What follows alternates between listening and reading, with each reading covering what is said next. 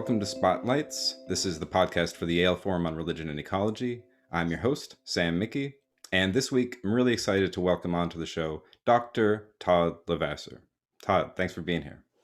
Yeah, thanks for having me. So you're a visiting assistant professor in the School of Humanities and Social Sciences at College of Charleston over in South Carolina. And you're also the director of the Sustainability Literacy Institute. So I want to hear about that as one thing I want to talk about. There's a lot going on just with your work there in South Carolina, but also just very recently, a new book came out from you, Climate Change, Religion, and Our Bodily Future, which couldn't sound more timely and urgent. And you've had some other things that you've done. I know you've edited some stuff. You have an earlier book that you wrote, Religious Agrarianism and the Return of Place, From Values to Practice in Sustainable Agriculture. And so that's also something I want to chat about. It's too much to talk about today. We're already running out of time. And a few months ago, or I don't know, at this point, it was like February of this year, you had a really powerful piece come out in Religion Dispatches, which is that, how would you describe it? I guess an online magazine for kind of religion, politics. Yeah, I love the stuff they're doing. It's fun. Yeah, that was a great piece. There's a strong, activist tone to a lot of your writing. And so to start off, I want to hear a little bit about your trajectory into this field. Because, there's a lot of people that are going to study religious studies aren't dealing with environmental issues. And if they are, it might just be kind of from a discourse and textual analysis approach, but not necessarily with the kind of call to action that you have. So you don't have to give us your whole life story, sure, but some sense of how you got into this work. Well, yeah, thank you. And in a way, that's the problem that I'm arguing against. The assumption that religious studies or any discipline, right, which are made up constructs anyways, doesn't have anything to do with the environment or more broadly sustainability, right? And that's what I spend a lot of time in the book that just came out thinking through and feeling through is we still are trapped up here and think we're separate from everything else, and then we perpetuate that, right, through what we study and how we study it. And obviously that's not true biogeochemically. And given the IPCC report that just dropped that I didn't have access to when I was writing the book, we don't have a lot of time to figure this out, right? So my trajectory, so I grew up in the 80s, getting under the desk because I was up in Northern Virginia, just before the big boom of real estate up there, and getting under the desk to do practice runs if there's that was ground zero. It was still Cold War, right? It's pre-Berlin Wall falling. So I was literally in kindergarten, first, second, third grade, like that would have done anything, right? If a nuclear bomb had hit DC, right. So just realizing like there's scary stuff on the planet and humans make really bad decisions, right? Yeah. And then apartheid, I got really conscientized, a Freudian word, by roots reggae. So I started listening to Bob Marley in 7th and 8th grade and all the conscious lyrics of roots reggae, coming out of Jamaica in the 70s, nice. Basically a colonial state at that point, right? Oppressed colonial state, and obviously race issues. So, and then I was raised Reformed Jew, and so mitzvah, doing good in society, was a big part of my upbringing, and then just a lot of time out in the woods with my dad, little backyard garden type stuff. But so we moved to Charleston for my last year of high school, and I enrolled at the College of Charleston, where I currently teach, and was started out in the natural sciences. Didn't really know what I was going to do. In my sophomore year of college, I went to Humboldt State and did a year exchange through National Student Exchange, and had never been west past the Mississippi, and drove out there and just fell in love with the big trees and did a lot of surfing out there and exposed to Earth First, basically. This was during the Forest Wars. The salvage rider under Clinton had just been passed. So this was like the peak entering up into when Julia Butterfly Hill then went up into the trees, into Luna up in Headwaters, right? This was all in that year, Earth Liberation Front, right? If you've seen the If Tree Falls documentary, that was all in that era of that mid to late 90s West Coast forest activism. And so that really politicized me for that year. Learned about Leonard Peltier, Mumia Abu Jamal, this sort of stuff, and came back.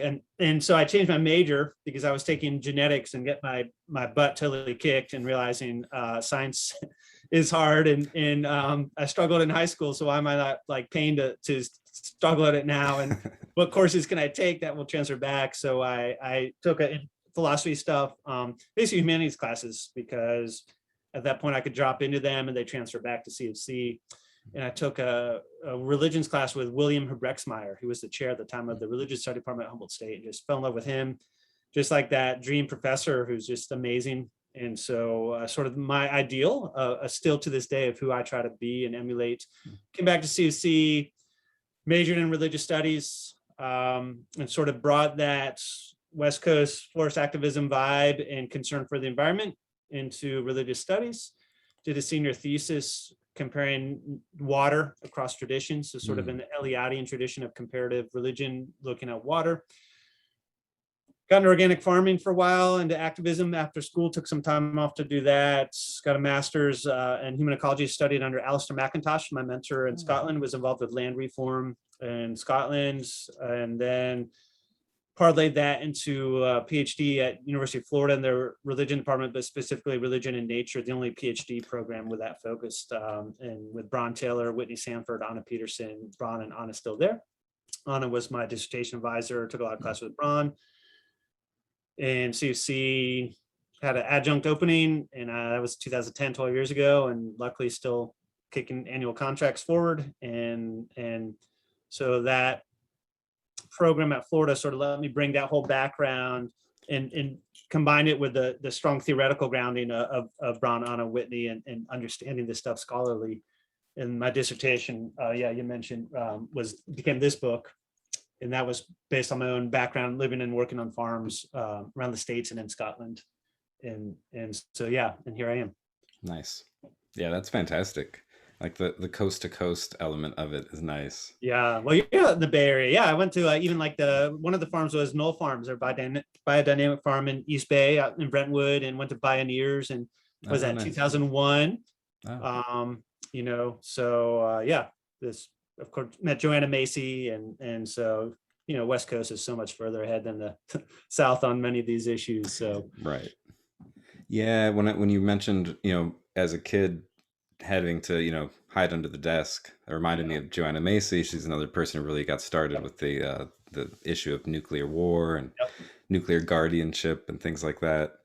So yeah, really good connections through and through. One of the things I want to go back to is sorry, Sam. Sorry, if I can hold that question. One more thing I just thought, because another person there is Starhawk. Oh, yeah. So I was at the WTO protests in '99. That also was really big for me too, seeing all those people come together. So a really strong anti-globalization critique runs through my analysis as well, because of being within the anti-globalization milieu as well, which feeds into some of the work I've been doing as well. So that just pinged thinking of Starhawk as another West Coast activist too, doing good stuff. That's true. Yeah. Witchcraft and permaculture. And yeah, no, she's fantastic.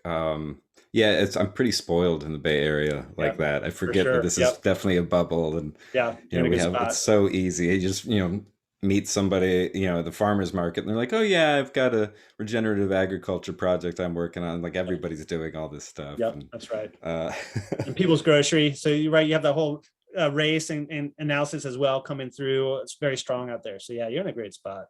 Yeah, it's easy then to learn from the community, and it's the whole place is a great laboratory for this kind of work.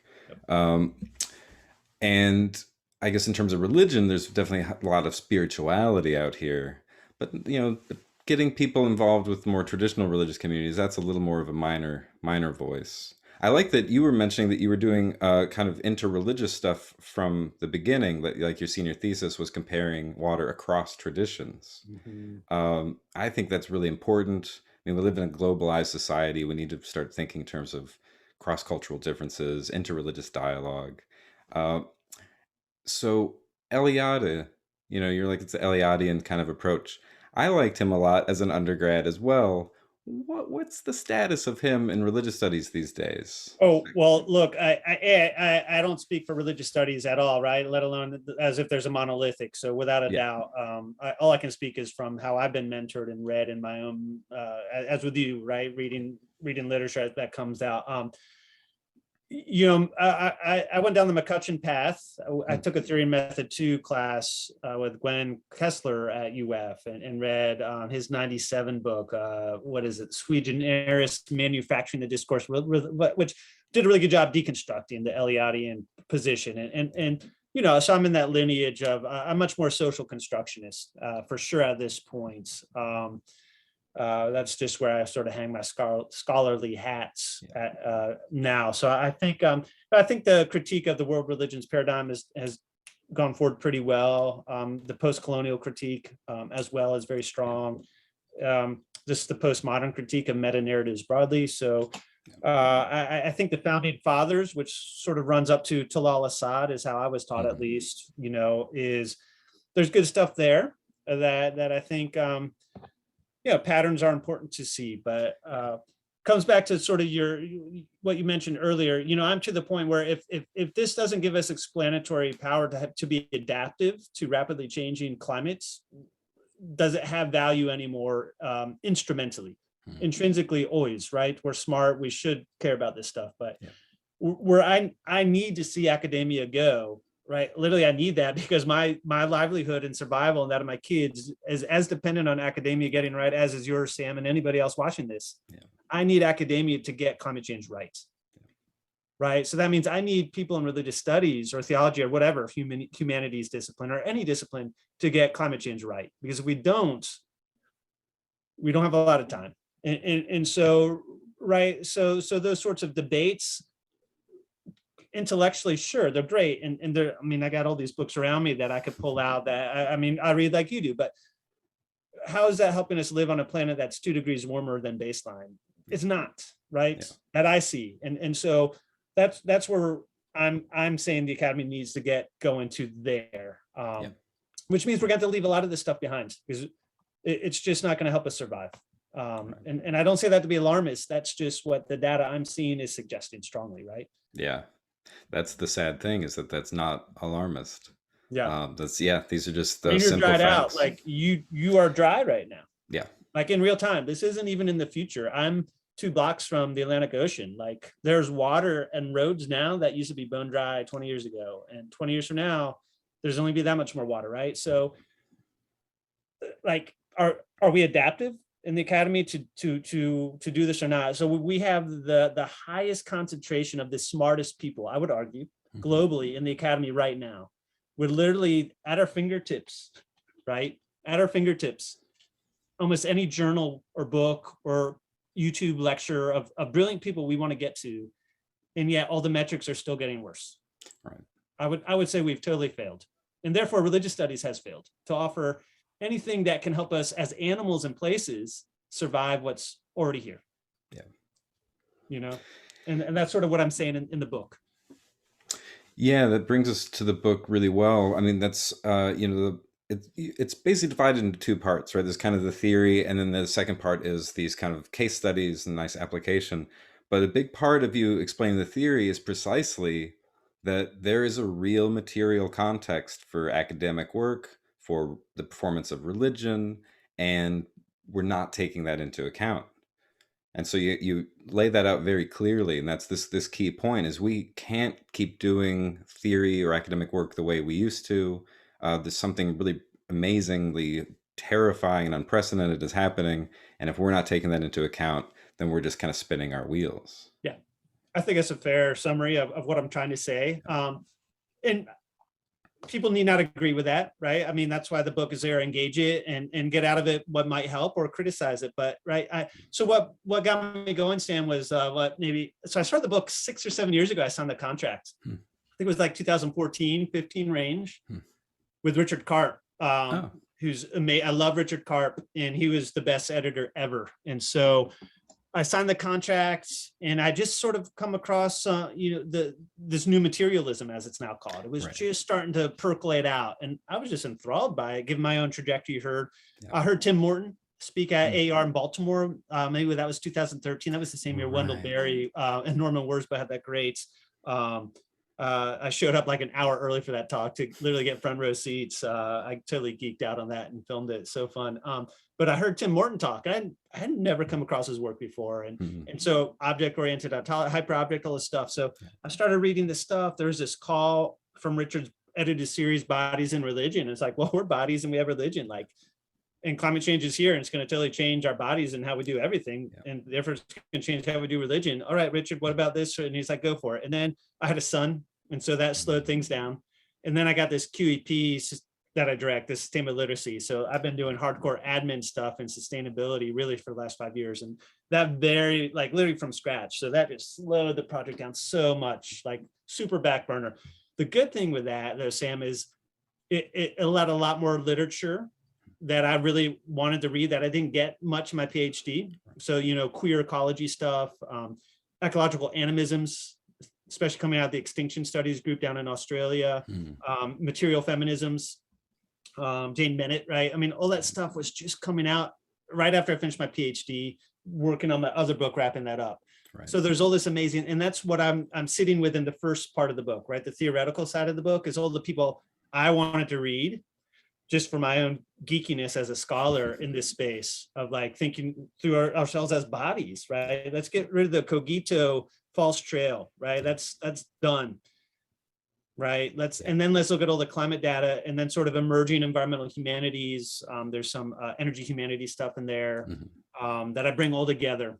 And then I'm like, okay, if all this stuff is telling us stuff, which I think it is, well, what does that mean with all the questions today we're asking about religion, where if we talk about bodies at all, it ends sort of with us, right? Our bodies are policed, they're gendered, they die, all that stuff, but our bodies are rarely considered as animals, evolved animals in ecosystems that are alive and shift and have material elements, abiotic, biotic, affects and effects on us as animals, right? Our field has not chewed on that nugget well at all. Yeah. Maybe some of the people we read and know, but as a whole, never. And that's sort of where I'm coming in saying, look, major blinders, and we're way past the shelf data having to take seriously that we are animals in places that means we can die, right? Like maladaptive. Evolutionary understanding means 99% of all animals have gone extinct, and we're going to 2 degrees and beyond, like in the next 20 years, if we don't radically change things. Yeah. We're not even talking about that as a field. How are we doing good scholarship then, right? Yeah, and one of the things I really appreciate about the way you're engaging with all these really very trendy new theories that are really groundbreaking in a lot of ways. Amazing stuff. I love it. And even some of those authors themselves will have that tendency to like, well, now it's just a new academic trend and more people are publishing in journals and there's books and things like that. And so even then, sometimes that core message gets lost, that this isn't just a trendy theory. It is trying to bring us back to our bodies, right? And back to what really matters about matter and all of that. So I don't know, there's something where there's always this kind of activist edge, like, no, we need to do something. This needs to transform our lives. So I really appreciate that, because sometimes some of these new things, I mean, new materialism, especially calling itself new, people are like, oh no, it's new and improved. It's another consumer product and all that. Right. And they're like, that wasn't the intention. Yeah. So I appreciate the way that you bring that back and really, you know, show what matters about these new movements, that they're not just trends.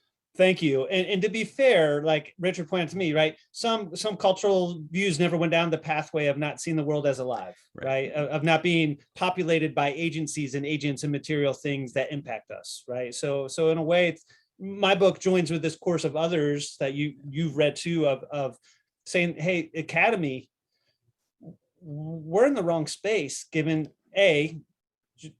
right? We went down a really sort of unhealthy cul-de-sac, and we need to get back into a more thorough understanding of how things are. But more so, how's that going to help us with a project of adaptation, right? I'm sort of myself, I could be totally wrong. My personality bias goes into this, straight up claim it. You know, some people still think there's time for mitigation, right? There's still time with policy, mitigate. We can still offset the worst. Yeah, there's gonna be some stuff, clearly it's already, some stuff's locked in, but we still have time to mitigate. And I'm in sort of the deep adaptation side of thing. Like that ship sailed a long time ago, really in the 70s and 80s. right? To me, it was Al Gore when Supreme Court gave it to Bush. Like Al Gore was sort of our last chance. Yeah. My reading of it, to really have big structural change top down from our government. And we'll get there eventually, but to me, it's going to be pretty late. At that point, it's going to be adaptation. So therefore, as an institution, if you will, the academy, therefore, from my reading, which again could be totally wrong, needs to be moving into what does adaptation look like, right? Well, what are we adapting to? Changing material environments. So if we're not talking about that in what we're doing, then what worth is what we're doing? Yeah, exactly. I wonder if you could say more about deep adaptation. I hear that term sometimes. It's not Yeah. just, it's a little more radical than just the idea of trying to, make different moves in the same game to try and keep ourselves, afloat. It's not just like sustainability. What is deep Yeah. adaptation? Good question. So I have to read more of that. So I know Jem Bardell, is that his Right. name? The guy in the UK, and then there's a Dark Mountain, also out Yeah. of the UK, and then Extinction Rebellion, all that those groups.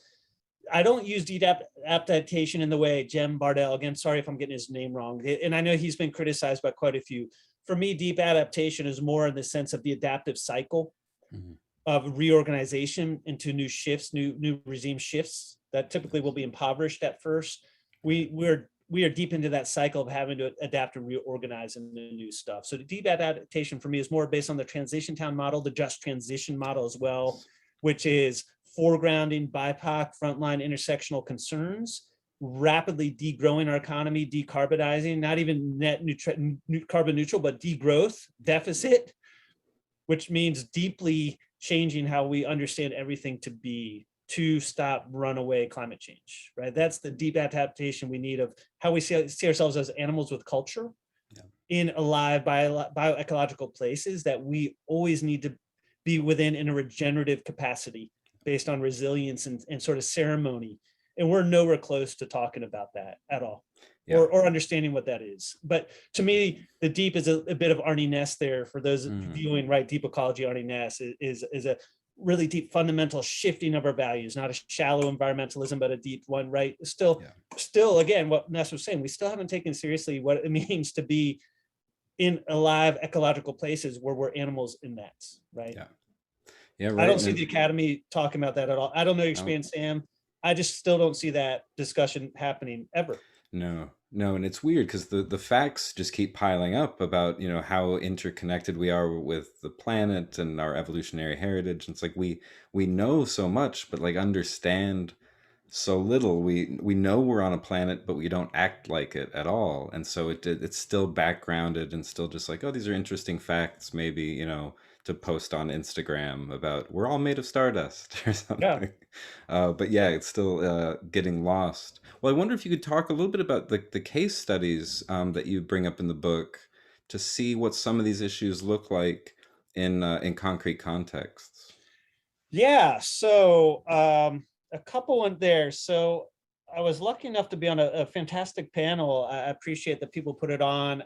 Religion ecology at AR. I think it was 16, 17. There's a great movie, Awake, A Dream of Standing Rock, by the No DAPL protest movement, right before tail end of Obama years. And the panel was on sort of like material feminisms in a way. And so I analyzed that film through that. And that sort of got me thinking about so that feeds in as sort of my transition chapter into the case studies. So sort of the theory side of the book and then the applied case studies. And the applied case studies is more theoretical. I've been doing this project, COVID hit, minimal time, I mean, no funds out there to travel. So it's more, here's what I think scholarship sort of needs to do to address these issues I raised in first half. And here as sort of an armchair quarterback, this can look like. So one is, what is, and so I'm bringing a dramaturgical performance lens, right? That's the body and religion aspect of the series, right? We're bodies, we're enacting, we're performing through dramaturgy, this thing we call religion. But again, that's always in a bioecological place that is alive with agents and material affects and effects impacting us. Okay. And climate change is only going to more and more ramp up that by that alive container we're always in, and that religion is always performed within, right? And so one is what pilgrimage to Ganga tree will be, the origin point of Ma Ganga. over the next 50 years. And in this, the literature of the natural sciences suggests that that glacier will undergo, it's already started, will undergo massive retreats. The monsoon rains will keep fluctuating and being off. It'll be hotter. And so what does it possibly mean if that glacier were to even dry up or get small enough that Ma Ganga disappears at times? And I know already further downstream does, there's great work on that. Of course, Haberman's book on the Yamuna, right? There's so much good stuff on that. So, but also what I point out, and this is the dramaturgy of what religious performance has become in petroculture. Going on pilgrimage there now requires, I'd have to look at it, I think something like 10 moves of fossil fuels, getting there, getting all the food there, right? The Brahmin priest residing there, all this thing to do the pilgrimage now, the performance of is totally dependent on fossil fuels. So what happens as we come down peak oil and we tax fossil fuels more and more, and we hit less and less fossil fuel, the way we get to places will shift too, right? So we need to be looking at that as well. But if it's 2 degrees warmer, 3 degrees warmer by 2070, who knows? Or it depends on what you're reading, the models through the IPCC report is, and right, likely, most likely, all over there. But if we look at that gradation of possible futures, which we know will be hotter and warmer, at some point, we're not gonna be using fossil fuels. And at some point, I doubt we're gonna scale up alternatives in a way to get 9 to 10 billion people around, right? I could be wrong with that.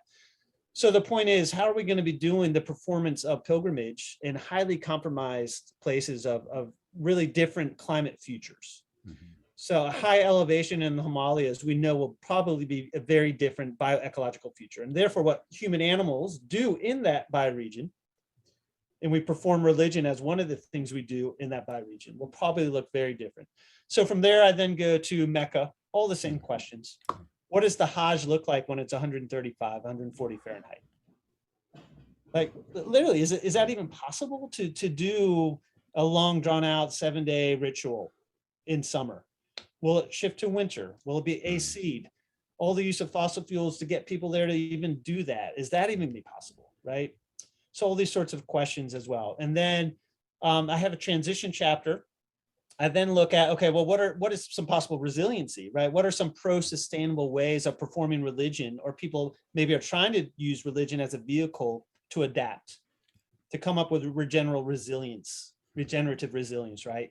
And so I was lucky enough to go to Ladakh 2 summers ago with my colleague, Zeph Bjork in religious studies. And Ladakh is high elevation, India and the Himalayas, and Leh, the capital city. And we looked at climate change impacts there and globalization of religion there. And already talking to people who clearly are observing climate change. It's an agrarian society that's going through rapid demographic shifts, all this stuff with, tourist boom and all that stuff. Loss of traditional ecological knowledge. And so that's my case study of how that region, because I actually have been there, is responding through ice stupas. And there's a Buddhist monk, the Tibetan lineage, that's very much taking climate change seriously there. And then I shift in my last chapter to sort of Western post-materialist perspective. Post-materialist, not in the new materialism perspective, but post-materialist is a perspective in political ecology. Is you have sort of gatherer hunters, agriculturalists, nomad stuff, and then you hit industrialists, and then you sort of have the post-industrialists, post-materialists. So we have post-materialists would be people who have access to all the food and electricity they need, right? All their basic material needs are met for a good life, and they're just over-consuming. So they have the leisure time to do other things, right? Because they're not worried about getting their food every day and clean water. They're post-materialist in that sense, right? And so I look at 3 case studies there. I look at surfing, because I'm a surfer, right? This sort of performance in the water, but many surfers, not all, many surfers just consume and fly around, huge carbon footprint, but many surfers have these sort of epiphanal peak experiences of being in flow in the water and then being inspired to protect the natural world in a way, right? And that experience of surfing, that was sort of a spiritual practice, right? So I look at that and sort of, so I look at chapter at surfing. Then I go to the sort of queer ecology sort of perspective, new materialist, feminist material lens, looking at Fuck for Forest and Annie Sprinkle and Beth Stevens and the sex ecology movement, right? And who's actually in your neck of the woods too, right? Other people doing fun stuff in your neck of the woods. And in fact, their book just came out, which I haven't gotten to yet. I'm excited to read that. And so again, sort of post-materialist stuff, I'm looking at Fuck for Forests, and they try to, they use porn to raise money to preserve natural spots in forest area preserves specifically. And I sort of look at their reasons for that and criticize a little bit of what they're doing. And then the same with sex ecology movements, right? These are, because point being, these are groups that are taking their animal bodies very seriously as having these sort of erotic interactions with a living earth. And therefore that's our beloved, we need to save, but from a sort of a love base, not a doom and gloom perspective, even though Fuck for Force does have some of that going on. But right, we're animals in these places, and let's bring joy into that and protect it and love it type thing. But very coming from their bodies in doing this, and so sort of looking at as sort of really being on the margins of mainstream religion, right? Problematizing that concept. But I'm more interested, Sam, in seeing like what's going to happen in Mecca, in Hinduism in India, and other big spots, or right here in Charleston, right? We're the holy city because our skyline, there's no buildings larger than the tallest church steeple. Oh, really? What's going to happen to the practice of religion? All these old churches, right? The oldest Reformed temple on the East Coast, I think maybe even our country, a really old, beautiful Unitarian Universalist church. What happens when all these properties are underwater, right? What is the practice of whatever that religion is when that space isn't even, right? It's literally underwater. Again, our field is not asking this question, at least not in any way I've seen. And to me, this is the future of the research into religion, by definition. And we're just like, I'm sort of ranting here because I'm frustrated by the gap. And right, I mean, we're trained in a field of, again, brilliant people. I'm not going after anybody, but I'm more going after a field that is so ill-prepared ourselves to understand what is happening on our planet in real time, right? And to me, that's frustrating and scary because we need to figure out how to stop climate change. Yeah, no, that's it is frustrating. That's, if there's anything that deserves to be ranted about, it seems like it's that. And I appreciate your point, because it could seem very, I don't know, judgmental, or like you're condemning the leaders in the field. You're like, no, it's not just any particular person. It's something about this field, and to some extent academia writ large. Again, that's right. For me, the religious studies is just the holding point for really looking at the academy broadly, right?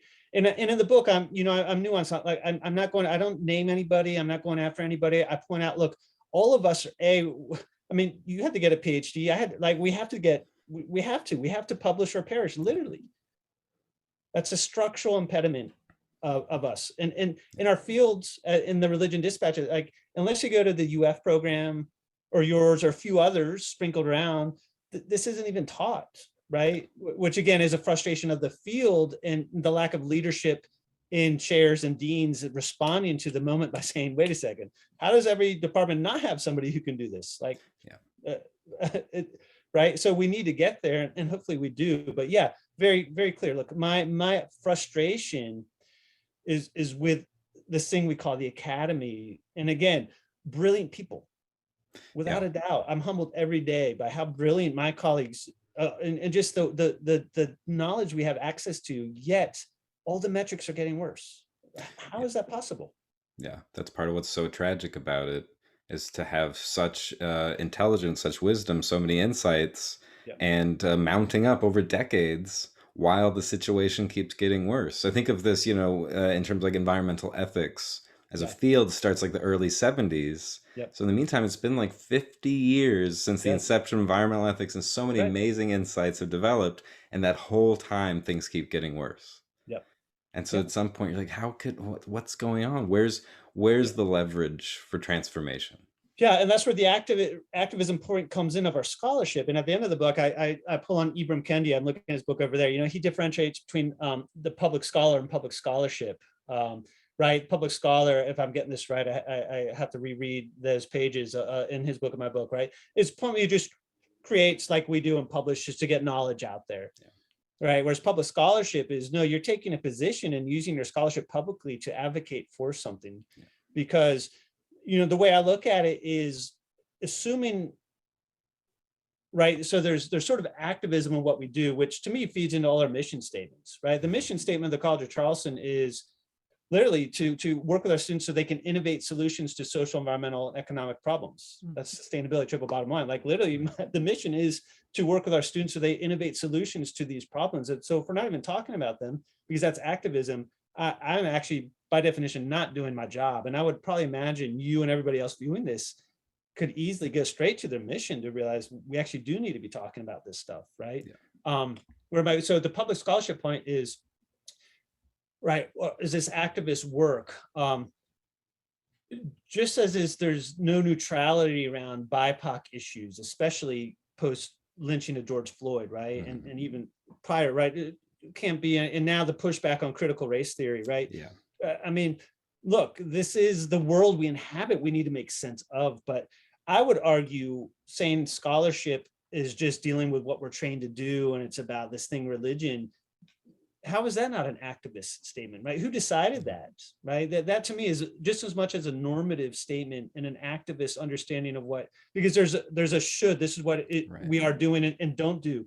How's that any different than me saying, well, or you, well, we should be doing scholarship that actually addresses climate change, right?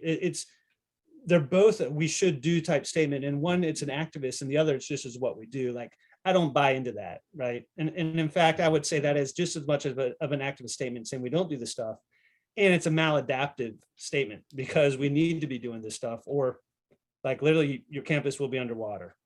Yeah. Yeah, that's exactly right. Yeah, and for me, I'm at University of San Francisco. It's a Jesuit university. Okay. And so then you have the full force of like the Pope and Laudato Si and all these kinds of things. And you have the wide open pathway to be doing this. Yeah. And yet, not a lot happening. And Jesuit universities in general, they're kind of slowly having some initiatives and having, we're going to have an environmental sustainability institute now. And it's like this, at this pace, this would have been nice decades ago. But there now we need exactly. like so much more, so much quicker. And look, I mean, I'm driven in part. So the urgency you literally hear coming out of me and seeing the text is by the students that I feel beholden to. Like they're coming into my class scared, concerns, in a way excited, right? They're like, we're the last generation to change this. And it's like, well, we felt the same way, but but you might actually be this go around, right? And so like, I feel beholden to them. And if my scholarship isn't speaking to a better future for them, well, it's, to me, from my own standards, it doesn't have really any value at this stage in the ballgame. It can't. Yeah. And so, to your point, right? Yeah, institutions change very slowly. So I hope my book is just going through all the other coming out, right? There's a whole new book that I didn't have access to. David Haberman has a new edited one. Is it Indiana Press, looking at case studies? Yeah, we had him on a couple months ago to chat about it. So, I think we will see more and more. There's some great Robin Globus Feldman, Willis Jan. I mean, there's great Whitney, everybody I'm citing in the book doing this stuff. But, I'm hoping my book is more of a starting point that can be referenced. And in 10 to 20 years, the hope is it's just cited as something, not because it was great or groundbreaking or anything, but just as like something that is part of this other constellation, this little bit of time that helped redirect what we're doing to have to go down this path, because we don't have any more time to not be going down this path. Yeah, exactly. Yeah, we're out of time. That would be a terrible note to end on. We don't have to then. No, there is time, and like, look, it's like people like me and you in the like we all have our sphere of influence, and so, I invite anybody viewing this. I'll get on a Zoom with you and talk to you about my experience running a sustainability institute and trying to do culture shift that way, administratively. But I mean, we all have a role to play, and it might be where funders and deans going to go. There will be more grant money coming into the space. It's going to have to. Right. And that's what I argued in the religion dispatches. Like, this is what our students are going to be actually demanding by 2030s. If we're not offering this type of stuff in the classes we're teaching, I just don't see students signing up to take them for various reasons. So look, we all have a role to play in getting in shifting what's going on. And to me, that's really exciting. And Yeah. so many new literatures to engage and new classes to teach and lessons to come up with and research to do. And I think it can very much, the humanities have to have a role at the table, and what an adaptive future looks like has to have a role. And therefore religious studies has a huge role to play Yeah. in bringing, right, the skills we have of normative judgment, textual analysis, understanding of power, um, understanding how people build culture, right? The role of ritual and ceremony, the role of fundamentalism and blocking this stuff, right? All that stuff has so much, Sam, to play in this space that our colleagues throughout the academy, so much to offer in this space. We just need to get into the space and do it and see us as being part of this space rather than seeing this as having nothing to do with what religious studies does. Yeah. Yeah. Very well said. And I think that really addresses a kind of larger kind of crisis of legitimacy in academia, where people don't trust academic elites, and they, professors, and they're like, you know what, a degree isn't worth it. You can just get all that stuff on YouTube for free anyway. And there's this sense of like, what are you really paying for when you're getting a university degree? And this shift really shows what you're paying for. You're developing a totally new understanding of what it means to be human on Earth, and Yeah. developing those solutions, right, to our social and environmental problems. Yep. Um, so yeah, I mean, that's, I try to paint that picture, to my students. It's like, well, this is like best of times, worst of times kind of situation. That's right. Couldn't be worse, but now we really have a sense of what can bring people together, give your life purpose.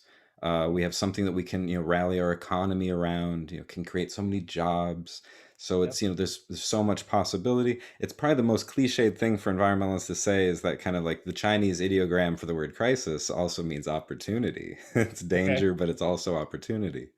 Uh, so yeah, I don't know. I appreciate this. I have to have you back another time for more rants, because I really like because it's this mixture of things that you're doing where it's religious studies, but also these really new cutting edge theories like new materialism, queer ecologies, right?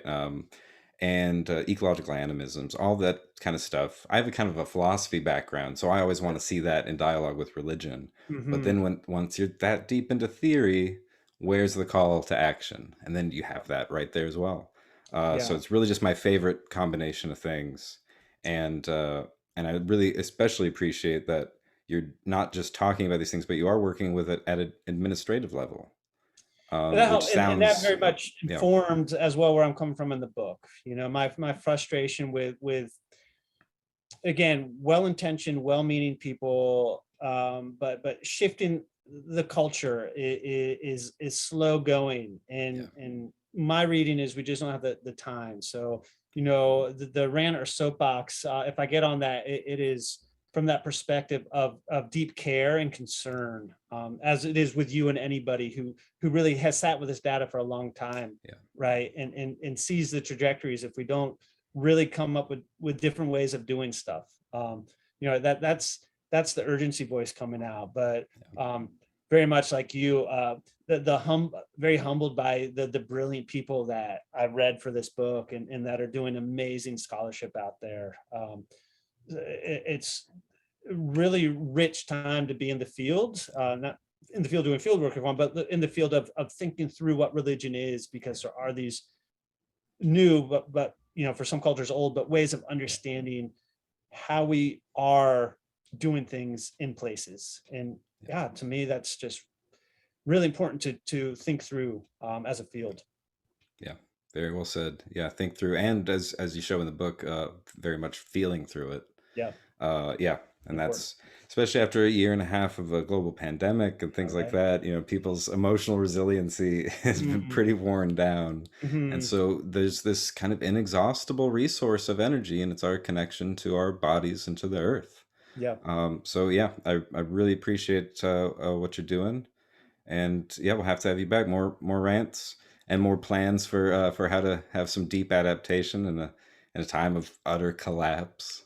So yeah, I appreciate you facing these things and doing it with uh, without the gnashing of teeth, and you're able to keep a kind of positive sense of direction feel like a lot of people are like, once you start becoming aware of these things, how do you not get depressed? And so you're role modeling that to other Well, scholars. thanks. I mean, yeah, no, I mean, there's many nights of deep despair and crying, but no, I think look, again, if there's inspiration there, it's our students coming up, and it's elders that have inspired us, right? Bron, Anna, Mary Evelyn, Tucker, John Grimm, all the people we've read, and then knowing that there are people that realize we got to do things differently, and that space will keep opening up in the academy, right? Where we're going to have some visionary presidents and provosts, and boards of directors here in the next 10 years. Like, we just got to hold the line until that space really opens,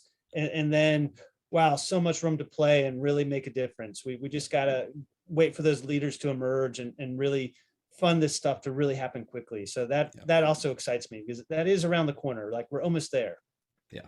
Excellent. Well, that's good. That feels like a nice note to end on. Try and Yeah, end on a high note. Otherwise, this sure. Why whole not? podcast Or series, better yet, whoever, if you're still watching this, go take a walk, right? yeah, that's Go true. out and get some nature time, and wild harvest some berries, or anything in your bioregion that's fruiting right now or flowering, and yeah, enjoy the sunset. Nice. Beautifully said. Todd Yeah. LeVasseur, it's so much gratitude for you sharing your time with us today. Thank you so much. And thanks to everybody for tuning in. We'll be back next week with some more content for you. In the meantime, take care and be well.